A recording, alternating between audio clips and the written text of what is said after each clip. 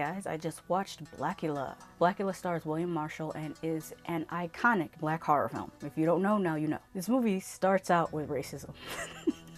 Literally, Count Dracula is super racist and supports slavery, and he wants to buy the main character's wife. Total F-boy status. He then bites our main protagonist and locks him in the crypt with his wife and decrees that he shall be known as Blacula. Oh, by the way, he locks the wife up in the crypt so that when Blacula arises, she will be his first victim, which is pretty messed up.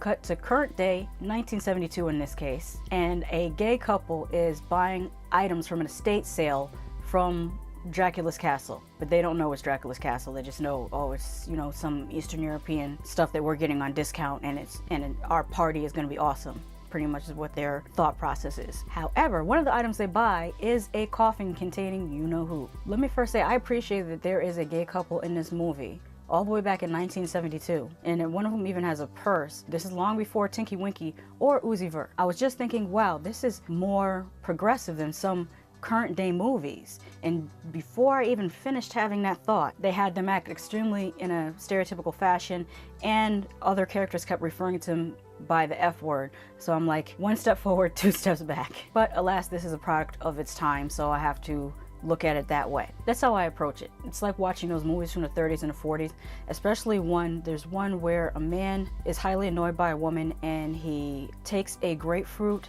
and smashes it in her face. I know you've seen the scene before, but do you know what movie it's from? It is from Public Enemy, and I believe it starred James Cagney.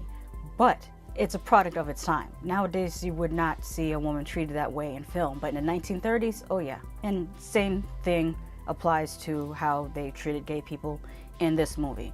They're included, they're shown somewhat in a positive light, and then shown other people having a negative reaction to them. So, like I said, it's a product of its time. Anyway, there's a doctor who is a part of the Scientific Investigations Unit. That sounds legit. Who is investigating some mysterious deaths. I almost forgot to mention, when Blacula arises, he sees a woman that he thinks is his wife. Most likely she's a descendant or a relative of some type, or just a double, because they say everyone has a double in the world. But either way, he sees this woman, she looks exactly like his wife, he thinks she's his wife. So there's the basis of the movie without spoiling too much. And I know you might think, oh, this movie's over 40 or 45 years old, why would you not spoil it? Because you might be a 14-year-old stumbling upon my video, why should I spoil the movie for you? You should be able to enjoy the movie. The acting in the movie is pretty good. The stunt scenes are decent as far as the fight coordination, as long as you don't notice the continuity errors. Like, for instance, there's one scene where a woman is walking down the block, and the close-up scenes, she has no hood on, and the faraway scenes, her hood is up, but you know, 70s. The effects aren't anything to really write home about. They're mostly pretty pedestrian, except for there's one effect that's done pretty well when a vampire is exposed to sunlight and it shows what happens to the vampire. That was done pretty well. The story is pretty straightforward, and the direction was very solid in my opinion, especially since they didn't have a huge budget for this. While we were watching this, my mother walked in the door and she looked right at TV and said, "Really, Blacula?" And it wasn't any of the scenes that showed the title character. The fact that she knew the movie from just any random scene, just out of the blue. I should have asked her, did she go to see it at the drive-in or something, because she would have been 16 or 17 years old then. But then again, she's the reason why I know about this movie, because she had the VHS tape of Scream, Blacula Scream in her collection. At one point, my mother had 800 sci-fi and horror movies in her VHS collection. For some reason, I should ask her, why does she have Scream, Blacula Scream, which is the sequel to Blacula, but not Blacula? I'll have to ask her that. Or it could have been my dad's movie. Don't know. Speaking of the sequel, I may or may not review it. Depends on how much time I have. I want to do a lot of first-time movies. The only sequels I'm definitely going to be doing is the Candyman series and the Blade series. I'm definitely doing those. If I have time, I'll come back and do Scream, Blacula Scream. But I definitely recommend this movie. It, to me, like I said, is iconic. It's something that if you're interested in black history, especially black film history, black horror history, you have to watch this. Of course, you don't have to do anything but stay black and die. Oh, and pay your taxes. You have to do that too.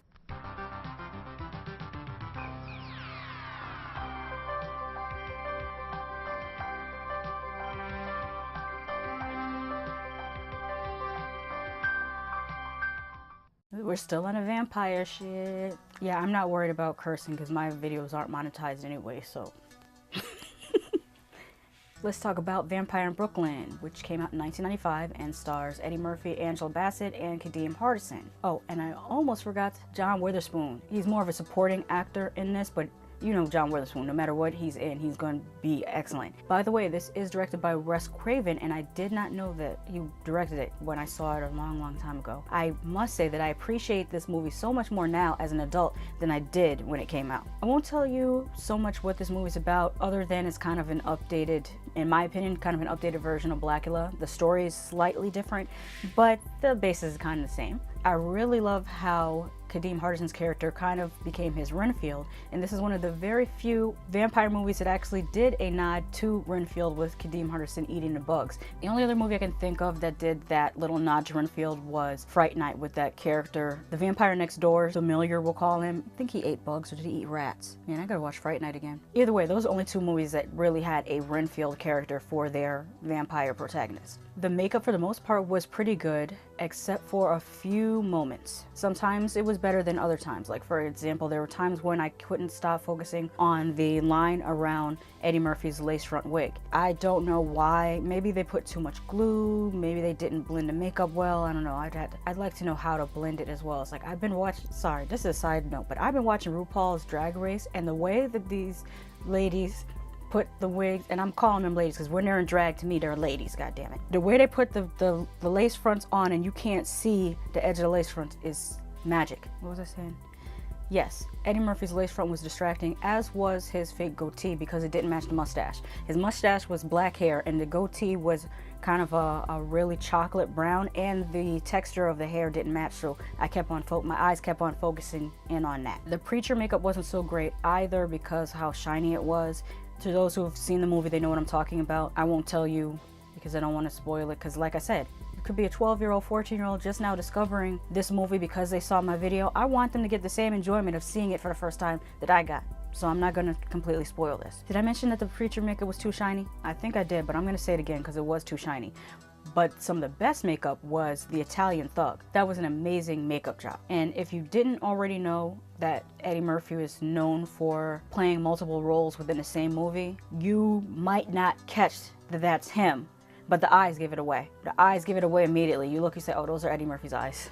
The makeup for Kadeem Hardison's ghoul character / Renfield character was really good, especially as he deteriorates. That was pretty good. The set design team did the damn thing. Shout out to them. I loved what they did with what they had. Great work on the interiors. Eddie Murphy was amazing in multiple roles as usual. I feel like this movie is extremely underrated in his catalog. I think people really overlook it because I think at the time people saw it as a departure, but really it holds up as far as I'm concerned comedically with his other movies. I was laughing. The jokes were funny. But again, to me, the funniest was the Italian thug. That was, I mean, part of it was lifted from some of his, not lifted, but reused from some of his stand-up. But when he acted it out, I was in tears. And yeah, it's stereotypical, it's bad. Product of its time. We're going to keep saying that. Remember what I said about the 1930s movies, 1940s movies, 1970s movies, 1990s movies. It's a product of its time. Not to mention, sometimes we can laugh at stereotypes as long as it's not coming from a malicious place.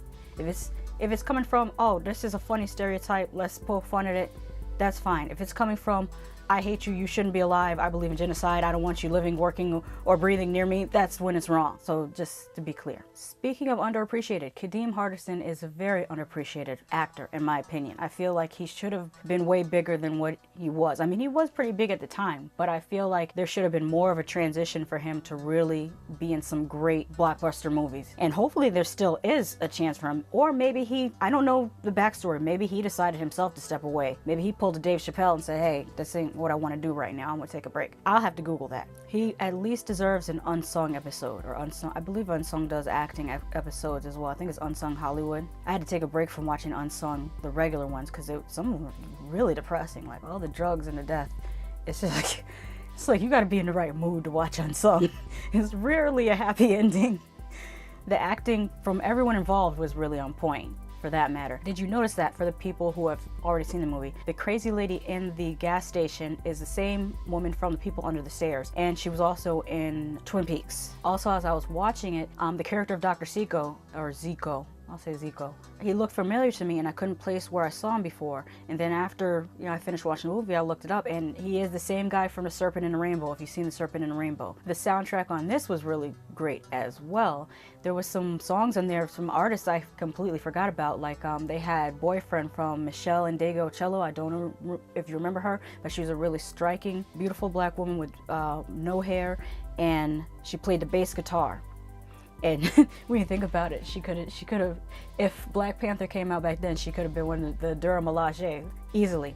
But I wonder what happened to her. I know, or if I recall correctly, she got to play with Prince. So I wonder if she ended up touring with him, because I also know that he had an affinity for female musicians. So that might be where she went to. But if you have never heard of her, look that song up. It's called Boyfriend by Michelle, and it's Michelle with an M. Indegocello. I can't spell that out for you, but I'm sure if you start typing Michelle into YouTube, her video will pop up because she's the only Michelle. Well, there's a Michelle, but it's spelled differently. It's M-I instead of M-E. For Michelle, Indegocello is M-E.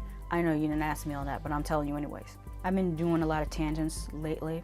You'll have to get used to that. I stopped taking my ADHD medicine because there's too many side effects. I do not advise anyone to do that without the direction of their doctor. I'm just telling you this so that you understand why my videos are a little bit different than they usually are. So, with that being said, I highly recommend this movie. I believe it was on, I can't remember where I watched it on. It might have been, I can't remember whether I watched it on Vudu or on Amazon Video. I'm pretty sure it was Vudu, I could be mistaken. But definitely check it out. This is a classic black horror movie. It goes well with Blacula in my opinion, but like I always say, just because I love something doesn't mean you won't hate it, and just because I hate something doesn't mean you won't love it. So check it out for yourself. If you have already checked it out for yourself, let me know what you thought about it in the comments.